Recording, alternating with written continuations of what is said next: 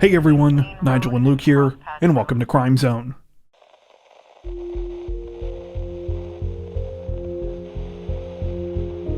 An alleged Connecticut tire thief ironically ended up needing his own new set of wheels this week after he was allegedly caught red-handed and tried to flee only to drive right into a police cruiser. The whole thing reportedly began shortly after 2 a.m. on November 5th when police in the city of Farmington found 26-year-old Bryant Serrano trying to steal several tires off of vehicles in the parking lot of a Hampton Inn on Colt Highway. Upon being caught, Serrano ran to his unregistered Toyota Avalon, which was equipped with used plates, and began trying to escape. Unfortunately for him, he didn't make it very far. Not long after leaving the parking lot, he crashed straight into a cruiser being driven by a police officer who was on their way to the scene. Though Serrano's car was disabled, he apparently still wasn't quite ready to give up. He took off on foot into a nearby forest and tried to evade capture by hiding in the trees. This did not work though, as police called in for backup from other law enforcement in the area and quickly set up a perimeter. They then used a drone and a canine team to figure out the 26-year-old exact position and placed him under arrest. At the time of this recording, Serrano is facing a number of charges, including third-degree larceny, interfering with an officer, reckless driving, failure to renew registration, illegal operation of a motor vehicle without minimum insurance, improper use of marker plates, illegal operation of a motor vehicle under suspension, engaging police in a pursuit, and evading responsibility.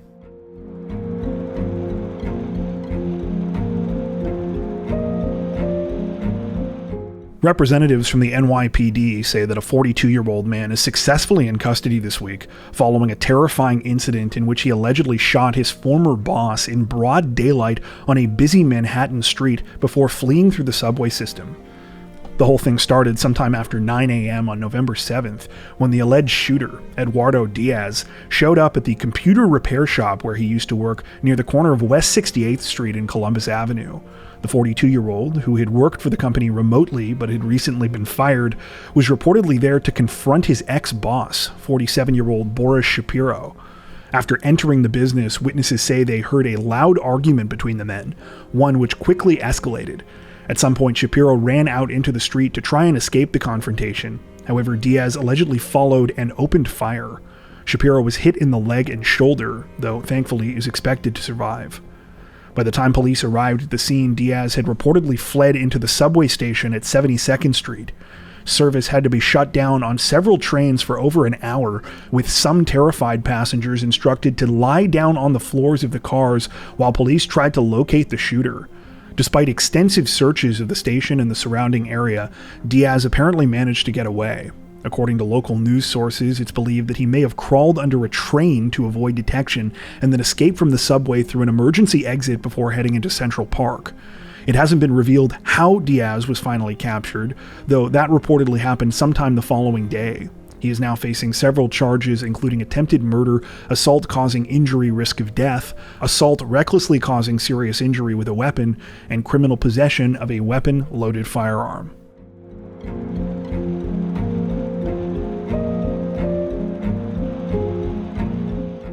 Authorities in Lancaster County, Pennsylvania say that a 49-year-old man is facing charges related to a heinous domestic violence incident this week, after he allegedly murdered his girlfriend and attacked her brother because he was angry about the female victim's haircut. The whole thing started on the afternoon of November 3rd when police in East Hempfield Township received 911 calls about a violent incident at a residence on Dell Lane. Officers arrived to find 3 people, all of whom were suffering from knife wounds. 2 of those people, 49-year-old Benjamin Garcia Gual and Luis Martinez Silva, were taken to local hospital. Sadly, the third person didn't make it. 50-year-old Carmen Martinez Silva was pronounced dead at the scene. She had suffered multiple stab wounds throughout her body from a kitchen knife. After interviewing witnesses and family members, authorities were able to piece together the awful details of what had happened. According to Carmen's daughter, she had come to stay with her the previous night. Carmen explained that she was scared of her boyfriend, Garcia Gual. The 50-year-old was reportedly abusive, but that evening had been particularly threatening and unhinged. Carmen told her daughter he was so angry by a recent haircut she had given her that he had threatened to stab her. The following morning, Carmen apparently decided she was ready to end the relationship. She went over to her brother Luis's house on Dell Lane and asked another friend to go over to the house where she was living with Garcia Gual and inform him that their relationship was over. The friend did as Carmen asked, but apparently the 50-year-old wasn't home. Not long after, though, he showed up at Luis's house demanding to speak with Carmen. At first, Luis was apparently able to get Garcia Gual to go away by claiming that Carmen wasn't there. However, he came back minutes later with a kitchen knife and started stabbing Luis. Upon hearing what was going on, Carmen had to help her brother. That's when Garcia Gual allegedly focused his rage on her instead. When police arrived, Garcia Gual was sitting in his vehicle. It's still not clear if the wounds he was suffering from were related to the attack or whether they were self-inflicted. Luis suffered stab wounds to his head, though he's apparently expected to survive. At the time of this recording, Garcia Gual is facing charges of criminal homicide, attempted criminal homicide, 3 counts of aggravated assault, and 3 counts of recklessly endangering another person.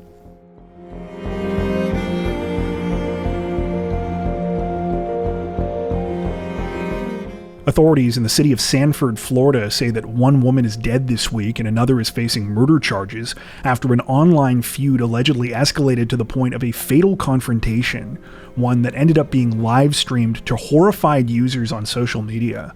The whole thing began at around 7 p.m. on November 5th when police were called to a residence on the 1700 block of Travertine Terrace with reports of a violent incident. Officers arrived to find a woman, later identified as 34-year-old Lauren Martin, lying in the middle of the road outside.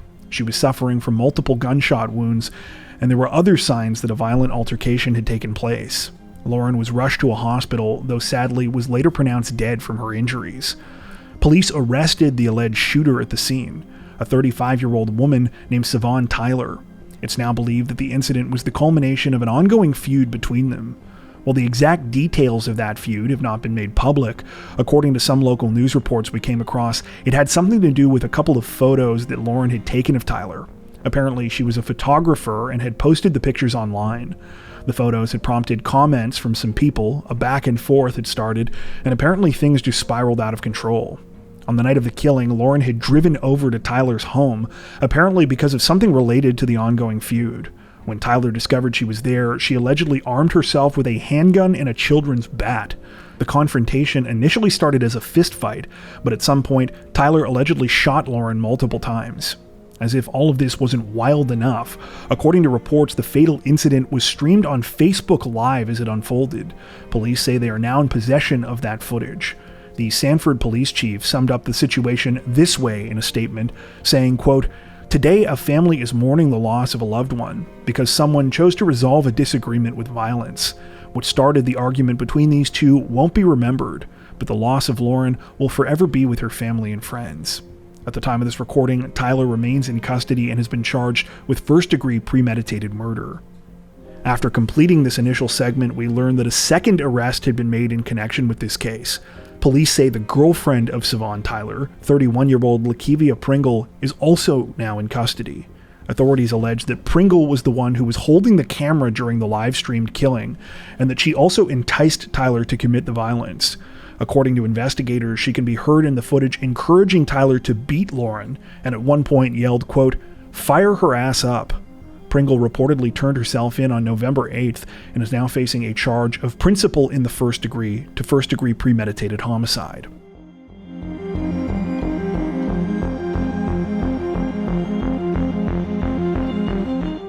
Representatives from California's Carlsbad Police Department say that a man is lucky to be alive this week after he allegedly drove his vehicle right off of a cliff during the middle of a chase. The whole thing began sometime around 4 p.m. on November 4th when police spotted a red sedan crashing into a fence at the Carlsbad's Fleet Maintenance Department building on the 2400 block of Impala Drive. Officers attempted to pull the male driver of the vehicle over, however, he reportedly refused and began to flee the scene. The situation prompted a chase, one that was apparently abandoned at one point due to safety concerns. However, it appears it was picked up again a short time later as the suspects headed down Carlsbad Boulevard. What happened next shocked both authorities and onlookers. While going somewhere between 40 and 50 miles per hour, the red sedan headed off the road and over the side of a cliff. The vehicle plunged dozens of feet until it slammed onto the beach below. The driver was pulled from the wreck and suffered life-threatening injuries, though miraculously is expected to survive. Still, police say they aren't sure what had caused all of this and are still trying to piece together exactly what happened. They have stated, though, that they don't believe drugs or alcohol played a role. A person who saw the crash unfold told local media, quote, "At first I thought it was a regular traffic stop when I saw him, but when I saw the 4 police vehicles following him, I was like, this is definitely something different. It sounded like an explosion, honestly. It was similar to a firework. It was just one big thud. It sounded like a wave breaking, a really hard wave. It was insane. At the time of this recording, the driver's name has not been released, and it's unclear what, if any, charges he'll be facing.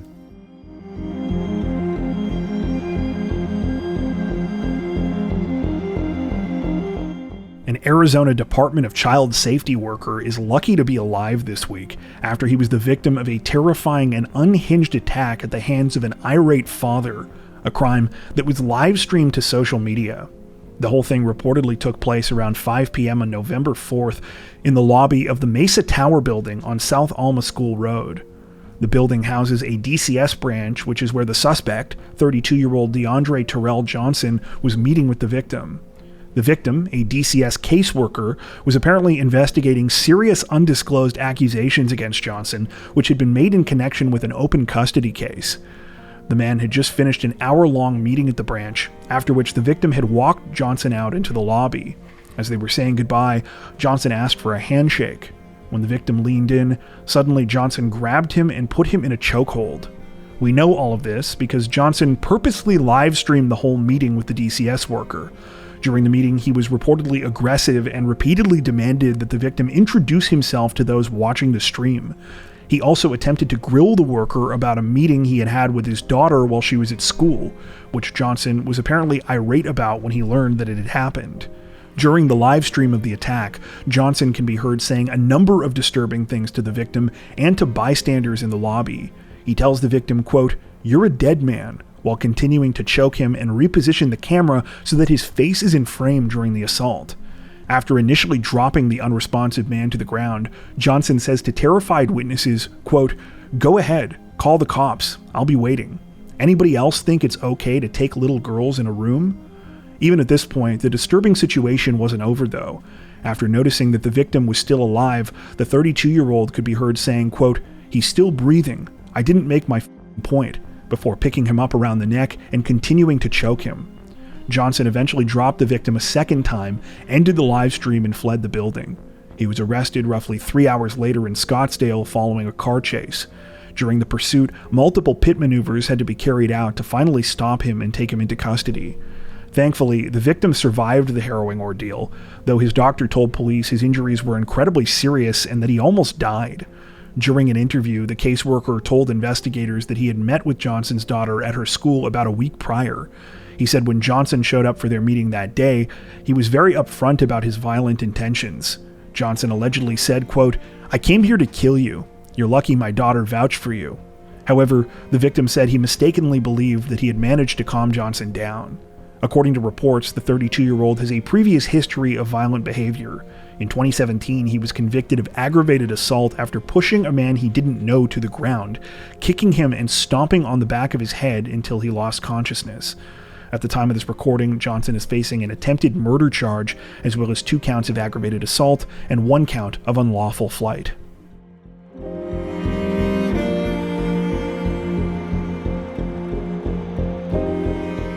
Authorities in Seattle, Washington say that a suspect is in custody and facing multiple charges this week, following a terrifying spree of stabbing attacks that left at least 9 people injured. According to police, the stabbings took place over 2 days and all happened within a 4-block radius in the city's Chinatown International District. It's believed that the same suspect is behind all of them due to consistent descriptions by both witnesses and victims. The string of attacks began at around 1:35 a.m. on November 7th, when a 52-year-old woman was stabbed 8 times near the corner of 12th Avenue and King Street. The second incident took place about 11 hours later, when a 32-year-old man was stabbed 7 times. The third and fourth incidents were nearly identical and happened between 8 and 11 p.m. the same night. The remaining 5 victims were all targeted in the same disturbing assault the following afternoon around 2 p.m. 5 men were stabbed in the course of just a few minutes as the suspect walked down South Jackson Street between 10th and 12th Avenues. Police were able to capture the suspect shortly afterwards. At the time, he was allegedly in possession of multiple weapons and what appeared to be blood on his hands. 4 of the victims were rushed to the hospital in critical condition, including a 53-year-old man who was stabbed in the neck. Currently, it's said that at least 2 of the victims remain in critical condition, though so far no fatalities have been reported. Perhaps the most alarming thing about the whole case is that all of the attacks were unprovoked, and it's believed all of the victims were chosen at random. A 10th stabbing during the same time frame is still being investigated, though police say they don't think it's connected and instead was a robbery. As for the suspect, his name has not been released. All we know is that he's a 37-year-old man who was born and raised in the local area. However, reports do state that the man has an alarming criminal history, one that includes 9 felony convictions within the past 10 years. At the time of this recording, the man remains in custody and is being held on probable cause for 5 counts of first-degree assault. He is still awaiting formal charges.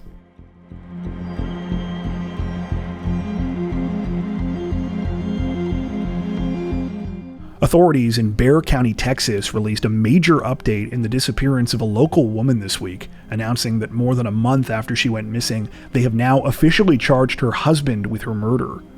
The case began on the night of October 7th when police received calls from worried family members of 51-year-old Suzanne Simpson. The luxury real estate agent and mother of 4 hadn't been seen or heard from in nearly 24 hours. Alarmingly, she had failed to pick up her youngest child from kindergarten that day and hadn't made an appearance at work. She had also missed a hair appointment. Attention quickly turned towards Suzanne's husband of 22 years, 53-year-old Brad Simpson. Police learned from the couple's children that their father was physically abusive towards their mother, and the couple's youngest child told school staff that her parents had been fighting and that her dad had taken away her mom's cell phone. After retracing Suzanne's steps, authorities learned that she had last been seen the night before she was reported missing, on Sunday, October 6th. That evening, she, Brad, and one of their children had attended a birthday party at a local dinner club, returning home around 10 or 11 p.m. When police spoke with a neighbor, they described witnessing something incredibly disturbing right around this time. The neighbor stated that they had heard shouting, and when they looked out of their bedroom window, they saw Brad and Suzanne in the middle of a physical altercation. Suzanne looked like she was trying to get away from Brad, but he was grabbing her and trying to prevent her from leaving the house. The neighbor explained that a short time after this, they grabbed a flashlight and went outside to see what was going on. By this point, there was no sign of the couple. However, they heard 2 or 3 screams that sounded like they were coming from a nearby wooded area. Not long after this, the neighbor said Brad left the house in his pickup truck. He didn't return for at least a couple of hours. Brad was initially arrested on October 9th on charges of assault causing bodily injury and unlawful restraint. A search for Suzanne was launched. However, things quickly got darker when police uncovered text messages exchanged between the 53-year-old and his longtime friend and business partner, James Cotter. These messages allegedly show Brad asking for Cotter's help disposing of evidence connected to his wife's disappearance, including a rifle. Cotter was arrested and charged with third-degree felony evidence tampering on October 21st. The following day, Brad Simpson was hit with 2 new charges, this time for tampering with evidence and possessing an illegal weapon. For the last several weeks, searches have continued for Suzanne in and around Olmos Park, as well as in a number of other areas. A specific place of interest has been a landfill in southeast Bexar County, though few additional updates were provided by police. That changed this week when authorities announced that Brad had officially been charged with Suzanne's murder. It's unclear what new evidence investigators uncovered that led to this development, though we do know that the charges came on November 7th after Brad was taken out of jail for questioning by Texas Rangers. Following the announcement, Suzanne's brother told the media that the news was devastating, but that he and the rest of the family were grateful to finally have some answers. He stated in part, quote, "It is heartbreaking, but it brings our family some peace to know that authorities have gathered sufficient evidence to feel confident in moving forward with charges. This also helps us to come to terms with the reality that Suzanne is no longer with us, allowing us to begin a difficult grieving process and focus on rebuilding our lives, especially for the sake of the children and our extended family. We remain appreciative to all law enforcement involved for their professionalism in dealing with this situation." At the time of this recording, the search for Suzanne Simpson continues. Before we wrap up, we'd like to take a second to give a huge shout out to everyone who has made it this far into the video. Seriously, thank you so much for watching. If you found today's upload interesting and informative, we'd be honored if you'd consider liking and subscribing, as well as hitting the notification bell and selecting all notifications to stay up to date with our latest releases. If you're looking for additional ways to help support the channel, we'd love to have you join us over on Patreon. Patrons get ad-free and early access to all of our content, as well as 4 additional stories per week for each of our Crimes of the Week and Crimes of the Week International videos. You can learn more at patreon.com/crimezone, where you'll also find some of the fine folks whose names are currently on screen. All that being said, we understand that not everyone has the means to support financially, and that's totally okay. We appreciate every like, sub, share, and comment that you send our way. Once again, thanks so much everyone, and take care.